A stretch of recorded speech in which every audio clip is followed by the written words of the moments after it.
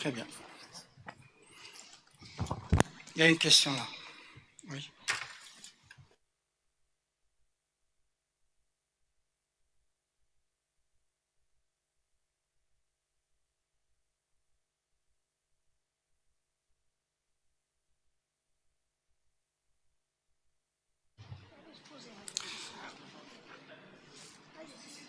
Oui, allez-y, on vous écoute.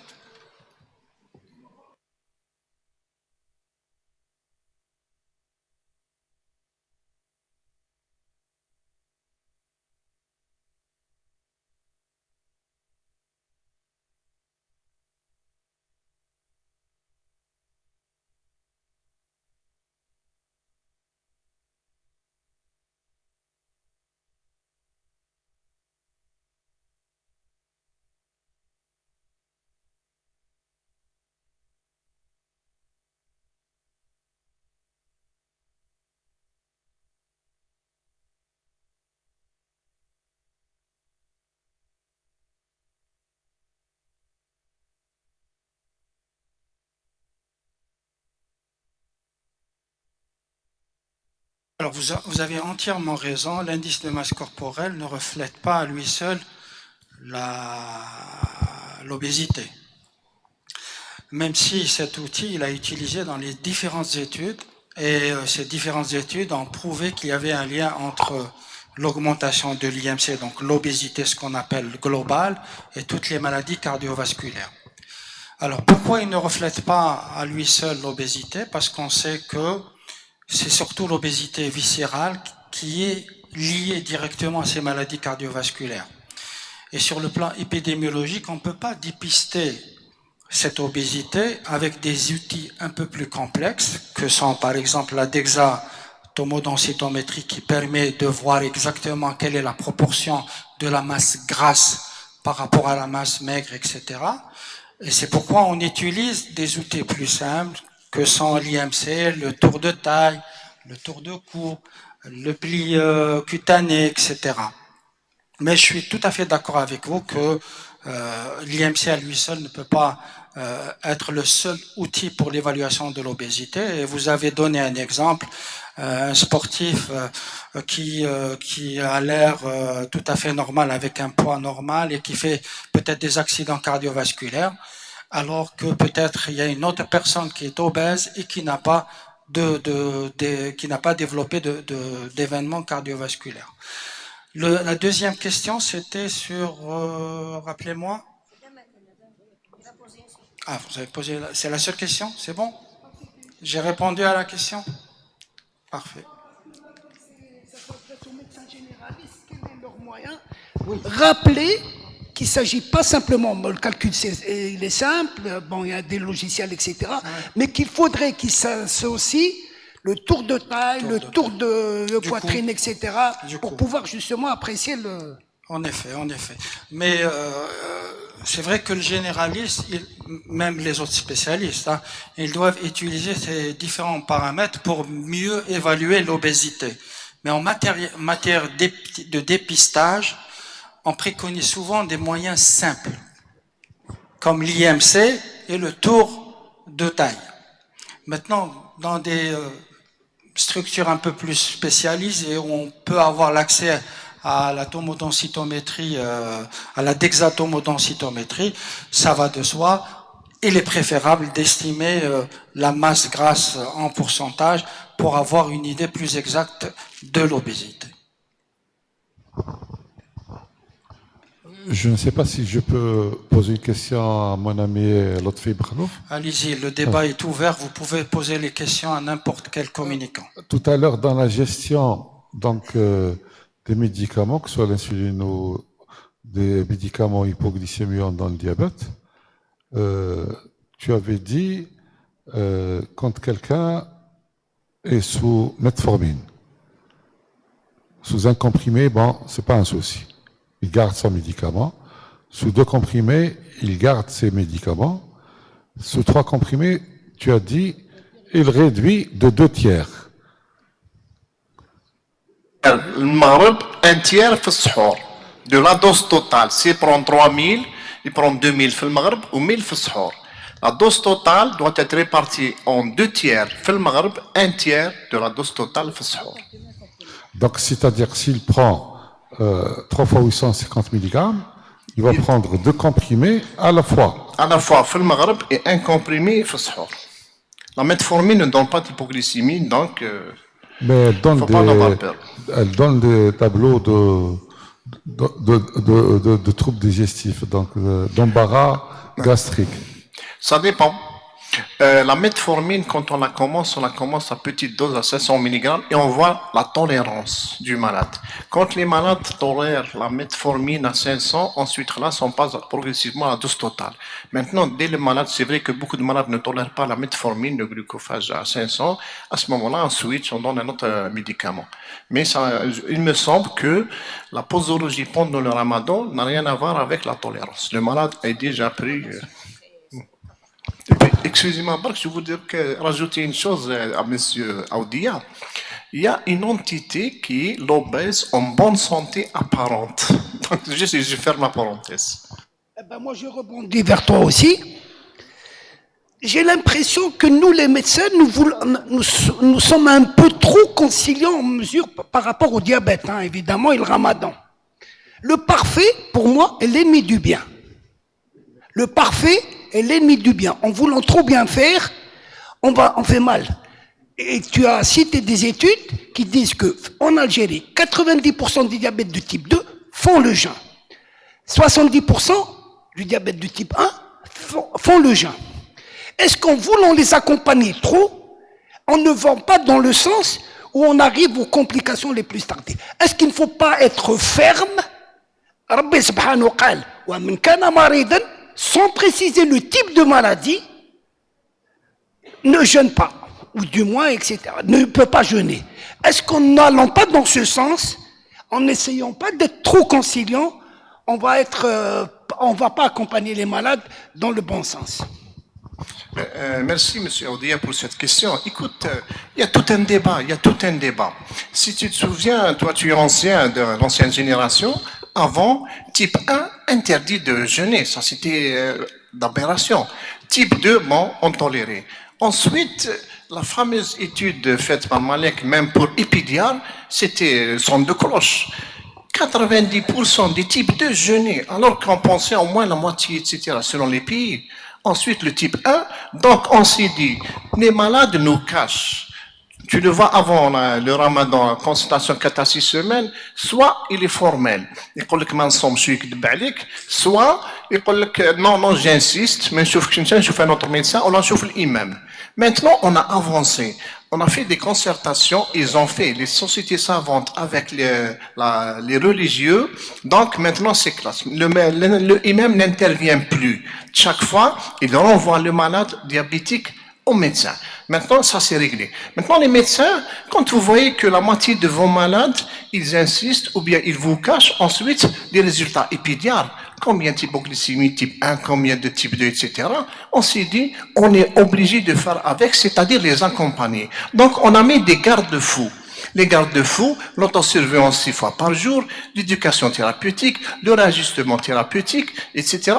Moi, je pense maintenant, je ne sais pas si tu as remarqué, M. Aoudia, depuis qu'on a instauré ce système, les malades maintenant, ils viennent vous dire, moi, je ne veux pas jeûner.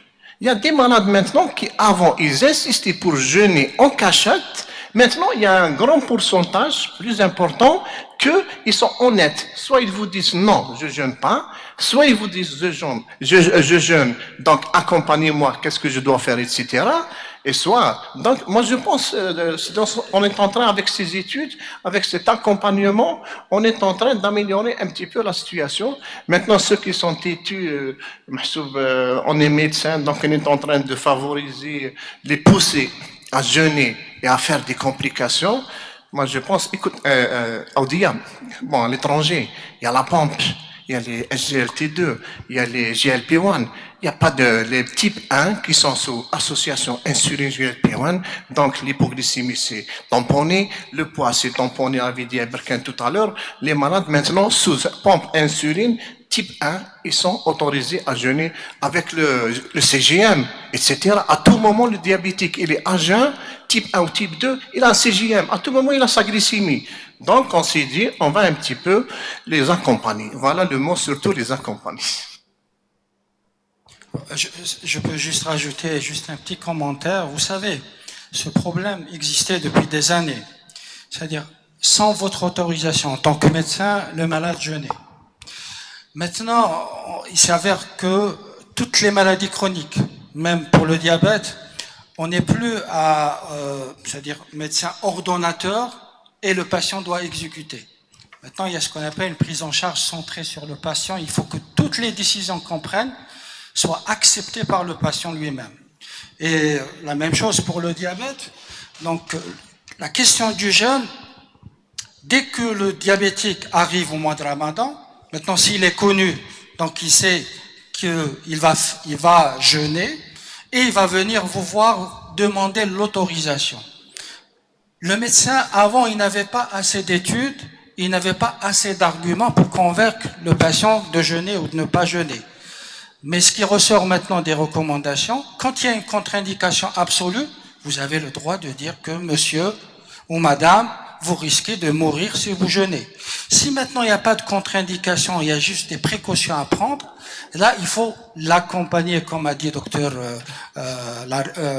Makhlouf. L'accompagner comment?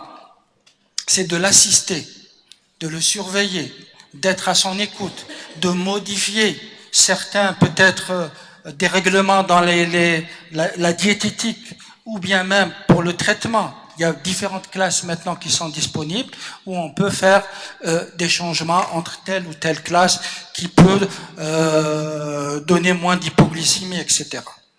Moi, je pense que la vision de médecin traitant et malade a changé ces 20 ou 10 dernières années.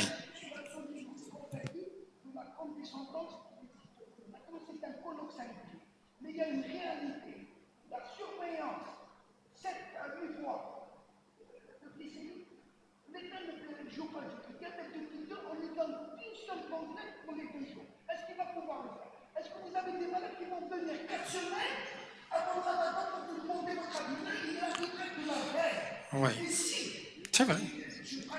Ben. Quand le médecin est formel dans son propos, mensonge, il ne fera pas. Mais quand on est tendancieux dans son propos, c'est la tendance. Hein. C'est quand on est comme oui, peut-être, etc. Chaque fois, et c'est en ce moment-là qu'il trouve une issue. Moi, je pense qu'il faut être. Vous comprenez? C'est de la complicité que de vouloir que ça se passe. Pas dans le sens péjoratif, hein, mais aller essayer de joindre les deux mots, caresser dans le sens du poil, pour ne pas faire des résultats, Je respecte votre point de vue. Hein. Il y a une chose. Alors, les organisateurs disent qu'il nous reste 5 minutes. Est-ce que je peux poser une question? S'il y a d'autres questions, oui, professeur Tahalbouch. Oui. Alors, j'ai 2 questions, si c'est possible, rapides. Alors, il y a beaucoup de patients, je reçois des patients où il n'y a pas une inflammation, une source inflammatoire évidente. Et je trouve qu'il y a une obésité. Effectivement, il y a une obésité avec un bilan métabolique qui reste relativement bon, voire normal, mais il y a une petite CRP. Une petite CRP de 6, 7. Est-ce que je peux relater à ça, à l'obésité? Ça, c'est la première question. Deuxième question, par rapport à la quantification, si je permets de dire quantification de la masse grasse. Donc, on avait parlé des paramètres, alors je rajoute, alors il y a l'IMC, il y a le tour de taille, et il y a le tour de taille sur la taille, qui doit être inférieur à 0,5. C'est 3 paramètres qui sont aussi puissants, et qu'on a corrélé avec la TDM. Et on a vu que c'est pas quelque chose qui est, comment dirais-je, invasif. Je reviens maintenant à la lipodie, impédance-métrie, qui évalue la masse grasse. Quelle est la place qui coûte beaucoup moins cher que la TDM et qui est objective? Merci. Alors pour la première question, dans l'obésité sans autre facteur de risque associé, effectivement, il y a ce qu'on appelle l'inflammation chronique qui est de bas grade. C'est un des mécanismes physiopathologiques qui rentre dans plusieurs pathologies, non seulement l'obésité, il y a les maladies systémiques, la MASH, etc. L'évaluation de cette inflammation de bas grade se fait généralement par des moyens qu'on ne fait pas en pratique courante. Je parle de la CRP ultrasensible, je parle de dosage des interleukines. Pour la CRP qui est disponible chez nous, elle n'est pas aussi sensible. Mais quand tu dis une CRP à 6 limites, si effectivement il n'y a aucune autre explication chez ces patients-là, on peut en effet mettre en relation l'obésité et cette CRP limite. Je dis bien à condition qu'il n'y ait pas d'autres pathologies ou d'autres explications. Pour l'impédance-cétométrie, alors je ne suis pas rentré dans le détail pour le diagnostic d'obésité, il y a beaucoup de paramètres, pas seulement le tour de hanche sur le tour de taille, il y a le tour de cuisse, il y a le pli, etc. Et pour l'impédance-cétométrie, elle est maintenant disponible dans certains hôpitaux et même dans certaines cliniques et même dans certains centres de sport. Oui, c'est un des moyens qui peut évaluer effectivement la répartition de la masse grasse. Mais est-ce qu'on peut faire ça de façon courante? Non. Peut-être dans le cadre des études, oui. Peut-être chez les patients où vraiment j'ai un doute sur le risque cardiovasculaire élevé, et si c'est disponible, ok.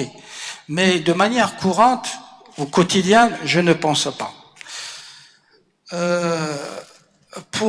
y a d'autres aussi moyens, j'ai pas parlé des balances intelligentes. Il y a des balances maintenant qui nous donnent la répartition de la masse grasse et de la masse maigre. Et il y a certaines balances qui ont été validées par des études. C'est ça le plus important. Quand on a des moyens qui sont validés par les études, on peut les utiliser au quotidien. L'inverse ne nous permet pas de les utiliser au quotidien. Et pour l'Habib Amran,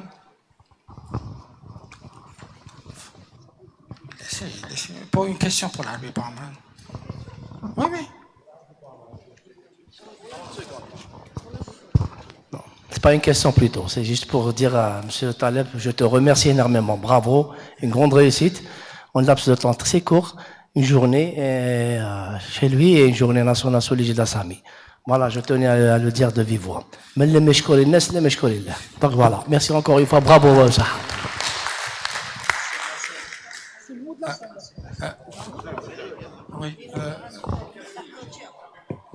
Oui, Habib Amran, j'ai juste une question pour toi. Pour l'acide urique, tu sais si bien que l'hyperuricémie est maintenant un marqueur de risque cardiovasculaire. Donc, chez les patients qui n'ont pas de symptômes et chez qui on trouve une hyperuricémie, est-ce que ça justifie un traitement ou pas? Ça, tu veux dire l'hyperuricémie asymptomatique? Asymptomatique, effectivement. Jusqu'à présent, il n'y a aucune étude qui valide un traitement de l'hyperuricémie asymptomatique. Simplement, il faut insister sur, comme partout dans les autres comorbidités, sur les facteurs de risque. Donc, traiter les autres facteurs de risque, les traitements non pharmacologiques, mais traiter l'hyperuricémie, il n'y a pas pour le moment d'études qui montrent qu'il y a un effet supérieur aux inconvénients. Donc, ce n'est pas encore validé. Sauf un seul pays, une seule société, c'est les Japonais, qui traitent l'hyperuricémie asymptomatique à partir de 80 mg par litre. C'est les seuls. Merci. Je pense qu'on est arrivé à la fin de cette journée de formation médicale continue. Je laisse donc... oui, professeur Taleb.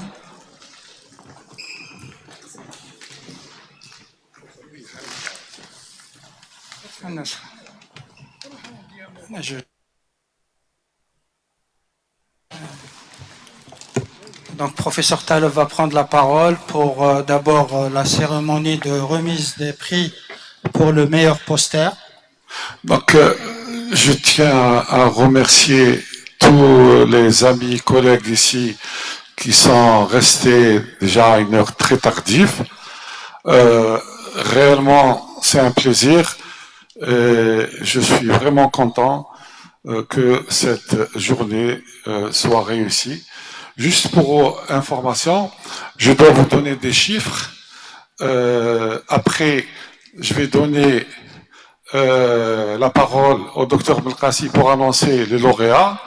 Après, il va y avoir notre présidente qui va clore donc la journée.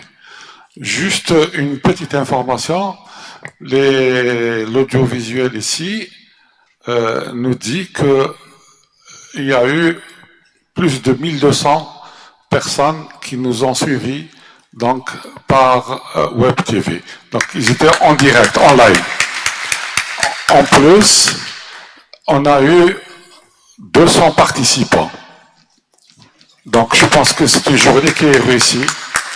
Et là, je donnerai la parole à mon ami Dr Belkacsi pour annoncer les lauréats, les 3 premiers lauréats donc, qui vont pouvoir bénéficier d'une prise en charge totale, hébergement, restauration, voyage, inscription à Oran. Et je serai, Inch'Allah, si Dieu nous prête vie, très ravi de les avoir avec moi et avec toute l'équipe de la SAMI à Oran. À vous la parole, Dr Belkacsi. Yatek Saha, cher ami, pour l'organisation et pour donc le succès de cette magnifique journée, une journée de très grande qualité avec des thèmes hyper intéressants et des orateurs de grande qualité. Alors donc le jury a statué, donc les posters étaient de grande qualité, mais il fallait faire un choix. Alors le choix a été facile puisque on a choisi 3, donc il ne fallait pas les positionner puisque les 3 sont qualifiés pour la finale de la Champions League, voilà, qui va se tenir à Oran au cours de la SAMI. Alors nous avons pris localisation rare d'une leucémie aiguë myéloblastique, c'est Z Brahimi.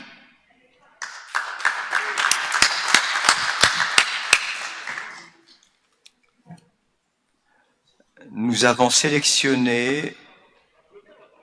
Non, il n'y a pas, parce que les 3 sont qualifiés. Ah oui, il faut donner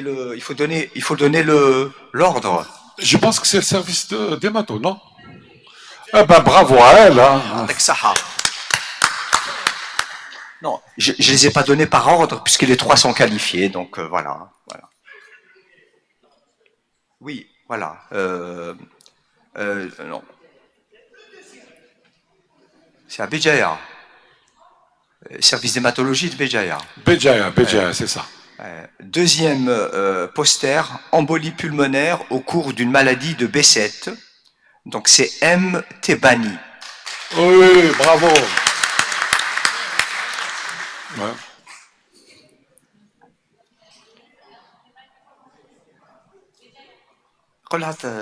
Elle n'est pas là, mais il y a quelqu'un qui la remplace. C'est notre ami le professeur Wail, voilà, qui est ici présent. Wail, c'est professeur Tebani, c'est Madame Wail.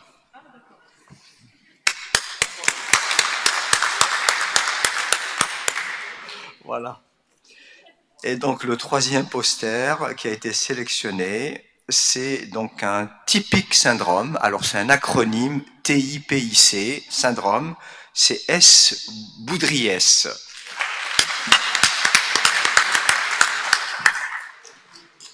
Elle est où, Dr Boudriès? Ah, très bien, magnifique, félicitations. Je pense que Dr Boudriès, elle est libérale. Ah ben, félicitations, marhaba bik. Vous serez la bienvenue à Oran.